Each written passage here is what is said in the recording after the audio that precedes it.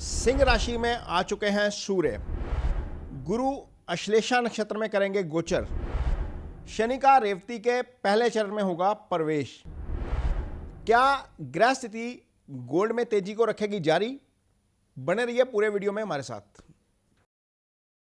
नमस्कार, मैं हूं नरेश कुमार। सबसे पहले उन दर्शकों का धन्यवाद जिन्होंने पेज को सब्सक्राइब किया है, पेज के वीडियोस को शेयर कर रहे हैं, लाइक कर रहे हैं और कमेंट बॉक्स में हमें अपनी राय भी लगातार भेज रहे हैं।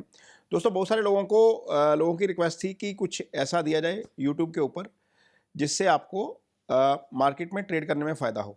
तो एक ये तारा चक्र है जिसका स्क्रीनशॉट आपके सामने चल रहा है। ये आपका पर्सनलाइज होता है, आपकी date, time and place of birth के हिसाब से इसको तैयार किया जाता है और आपको महीने के आने वाले अच्छे या बुरे दिनों के बारे में अपनी जानकारी हो जाती है। ये बिल्कुल टोटली पर्सनलाइज है, ये आपकी कुंडली के आधार पर ही बनता है। एक तो ये हम सर्विस दे रहे हैं। दूसरा, बर्थ चार्ट एनालिसिस जो कोई करवाना चाहता है वो नंबर नीचे है। तीसरा, ये एक नंबर यहाँ पर आपको स्क्रीनशॉट नज़र आ रहा है, अपने मोबाइल पे आप खोलेंगे तो ज्वाइन का बटन है यहाँ पर। इस पर हम गोल्ड सिल्वर की डेली एस्ट्रो अपडेट दे रहे हैं। जो भी कोई ज्वाइन करना चाहता है वो इसको दबा सकता है बटन को। तो गोल्ड और सिल्वर की बात करेंगे अगले हफ्ते के लिए। मेरा अगस्त का जो व्यू था वो गोल्ड सिल्वर को लेकर बहुत ज़्यादा अच्छा नहीं था। उसका रीज़न था कि शुक्र और शनि आमने सामने हैं और इसी कॉम्बिनेशन में हमने पिछले साल अक्टूबर में गिरावट देखी थी और बड़ी जो गिरावट आई है गोल्ड सिल्वर में इसी कॉम्बिनेशन में आई है। पिछले यदि 50 साल का इतिहास देख लीजिए तो बड़ी जो गिरावट आई है इसी कॉम्बिनेशन में आई है। अब तक अगस्त में ये कॉम्बिनेशन जो है वो इस मामले में अभी तक अच्छा नहीं चला। अक्टूबर में भी ऐसा ही हुआ था। अक्टूबर में इस कॉम्बिनेशन में पहले 20% चढ़ा, फिर 20% गिरा था। तो अगले 15 दिन अभी भी गोल्ड और सिल्वर के लिए अहम बने हुए हैं क्योंकि इसी वीक में शुक्र और शनि 180 डिग्री एक्सिस पे आएंगे। ये एक कॉम्बिनेशन है जो मुझे खराब लग रहा है। अदरवाइज ये मेरा वीडियो का स्क्रीनशॉट है दूसरा जो आपके सामने चल रहा है।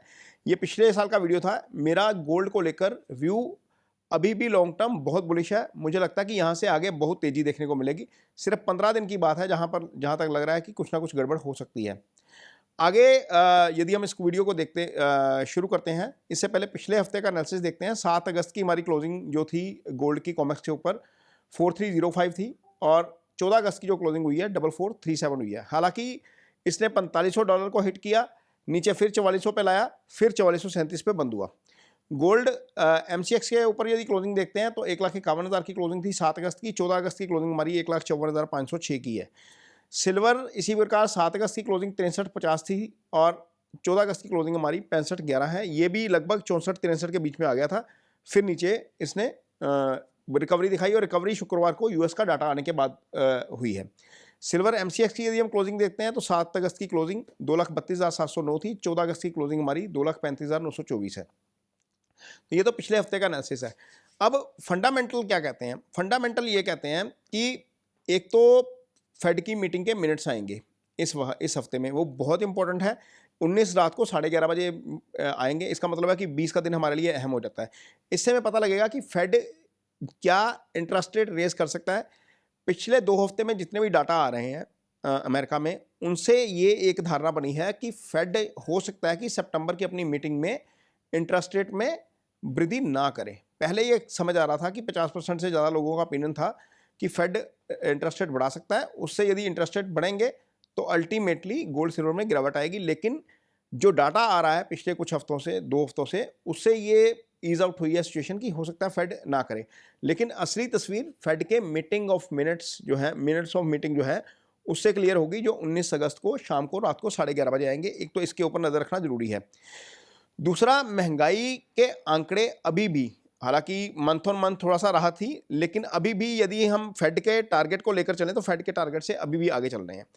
फंडामेंटली यदि हम देखते हैं तो गोल्ड जो होता है वो हेज अगेंस्ट इन्फ्लेशन होता है, यानी कि महंगाई के अगेंस्ट जो है वो हेज गोल्ड ही होता है।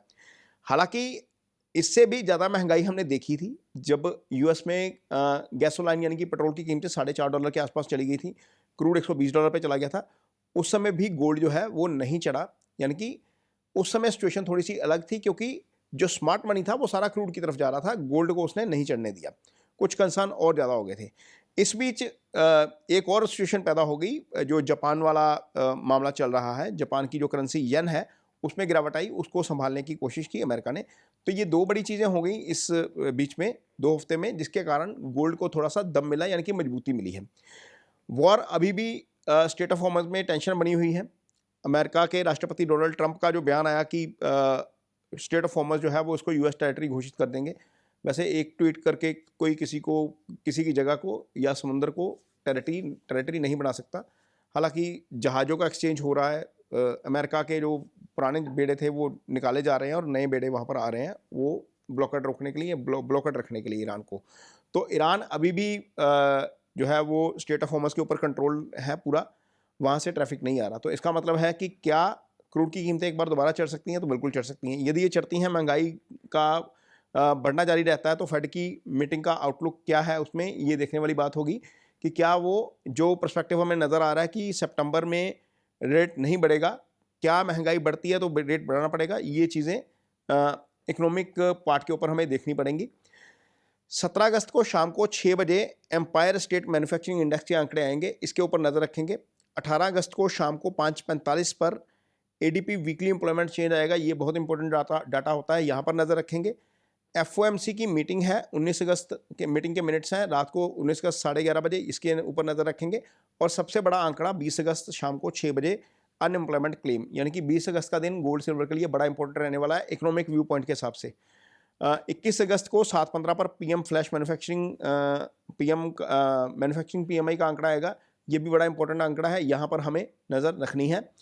एस्ट्रो यदि हम देखते हैं, जब मैं ये वीडियो शूट कर रहा हूँ तो बुध अस्त हो चुके हैं। ये वीडियो वैसे 15 अगस्त को आना था, लेकिन छुट्टी के कारण 15 अगस्त को नहीं आया। आज हम इसको 16 अगस्त को शूट कर रहे हैं। तो 17 अगस्त को सुबह 8:03 पर सन लियो में आ जाएंगे। सन गोल्ड के कारक कहे गए हैं, बुध अस्त हो चुके हैं, बुध ट्रेड के कारक हैं। बुध का अस्त होना यानी कि शुक्रवार को जब बाजार बंद हुआ है और सोमवार को जब खुलेगा, तो इसमें दो बड़े इवेंट हो गए। एक तो बुध अस्त हो गया, एक 8:03 पर सूर्य लियो में आ गए, यानी कि हमारा बाजार जब खुलेगा तो सूर्य राशि बदल चुके होंगे और केतु के साथ आ चुके होंगे। पिछले साल यही ट्रिगर पॉइंट बना था, एग्जैक्ट इसी पॉइंट से बाजार ने रैली पकड़ी थी, तो इसको नजर रखेंगे। लेकिन सिर्फ एक कॉम्बिनेशन, जैसे हमने शुक्र शनि का एक कॉम्बिनेशन पकड़ा था, उसी कॉम्बिनेशन के आधार पर हम तेजी की बात ज़्यादा नहीं कहेंगे, क्योंकि शास्त्र कहता है कि पाप ग्रहों की युति तेजी ले आती है, लेकिन यदि ये युति केतु के साथ है तो सामने राहु के साथ प्रतियुति बनती है, तो तेजी ज़्यादा लंबी नहीं टिकती। इसका मतलब यह है कि यदि ये तेज होता है तो इसमें बहुत ज़्यादा स्ट्रेंथ नहीं आने वाली है, ये ध्यान में रखेंगे। इसका मतलब यह है कि ऊपर कहीं पर भी जाएगा तो आपको बुक करना चाहिए। 17 अगस्त एक 54 के ऊपर वैधृति योग बनेगा, यह सूर्य और चंद्रमा से बनता है, ये नेगेटिव योग होता है, इसको ध्यान में रखेंगे। 17 अगस्त को शाम को 8:55 पर मरकरी और सैटर्न 120 डिग्री के एक्सिस पे आ जाएंगे, ये थोड़ा सा पॉजिटिव है। और 17 अगस्त को 9:34 पर रात को वीनस जुपिटर 60 डिग्री एक्सिस पे आएंगे, ये योग नेगेटिव है। यहाँ पर एक ही घंटे के अंदर बाजार में भारी उठापटक हो सकती है, इसको ध्यान में रखेंगे। 19 अगस्त को 3:37 पर जुपिटर श्लेषा में आएंगे। बहुत सारी जगह पर कहा जा रहा है कि जुपिटर के श्लेषा में आने से गोल्ड भागता है, लेकिन यदि हम हिस्टोरिक डाटा देखेंगे तो सिर्फ 1979 का एक डाटा है जहाँ पर गोल्ड 16% भागा था, और जुपिटर श्लेषा में 2-3 महीने रहेंगे। यदि 2 महीने रहेंगे तो यहाँ पर अल्टीमेटली ये 31 अक्टूबर तक है, शायद 31 अक्टूबर तक, हाँ। तो यदि श्लेषा में जुपिटर है और 1979 का एक हमारे पास रेफरेंस है, वो 16% भागने वाला। अदरवाइज बाकी जितने वर्षों में, क्योंकि हर 12 साल बाद श्लेषा में आएंगे, बाकी पीछे जितना पीछे चले जाएंगे, हम 26 में या पीछे 13 में चले जाएंगे, या फिर 2001 में जाएंगे या 90 में जाएंगे, तो आपको ये डाटा लगेगा कि बहुत ज़्यादा जुपिटर श्लेषा में आते हैं तो बहुत ज़्यादा गोल्ड नहीं भागा। बिल्कुल मार्जिनल ग्रोथ है, 2-3 महीने में 1%, 1.5%, 2% का, कुछ जगह पर माइनस भी है। सिर्फ एक रेफरेंस मुझे मिला जिसमें 16% का ग्रोथ था, वो 1979 का था। उसमें एक फैक्टर था, शनि लियो में थे, शनि लियो में होता है तो गोल्ड भागता है, तो वो एक अलग फैक्टर था। 20 अगस्त शाम 7:45 पे शनि रेवती के फर्स्ट पदा में आएंगे। शनि इस समय वक्री हैं, सेकंड पदा में है, पीछे आ रहे हैं तो फर्स्ट पदा में आ जाएंगे, ये थोड़ा सा नेगेटिव है गोल्ड के लिए। 21 अगस्त को शाम को 6:10 पर वीनस सैटर्न 180 डिग्री पे के एक्सिस पे आ जाएंगे, ये भी नेगेटिव है। और मून का ट्रांजिट जो है वो चित्रा में थोड़ी सी स्टेबिलिटी लेकर आता है। 17 अगस्त को 3:50 पे होंगे ट्रांजिट मून, और स्वाति में जब आते हैं 4:58 पे जो ट्रांजिट है वो थोड़ा सा वीक होता है, वोलेटाइल रहता है। और 19 अगस्त को विशाखा में रहेंगे, ये भी नेगेटिव, और 20 अगस्त को अनुराधा में और 21 अगस्त को ज्येष्ठा में ये जो साइकिल है वो बहुत ज़्यादा पॉजिटिव नहीं है। तो crux of the week astrologically यदि हम इसको देखते हैं तो हो सकता है कि एक राइज दे थोड़ा सा, लेकिन यहाँ पर बहुत ज़्यादा लंबा राइज नज़र नहीं आता। हमें वोलेटाइल सेशन देखने को मिल सकता है, वोलेटाइल वीक हमें आगे देखने को मिल सकता है गोल्ड सिल्वर में। वीडियो कैसा लगा इस पर कमेंट बॉक्स में अपनी राय जरूर दीजिए। यदि वीडियो अच्छा लगे तो उसे शेयर जरूर करिए, पेज को सब्सक्राइब जरूर करिए। इसके साथ ही मुझे दीजिए इजाजत। नमस्कार।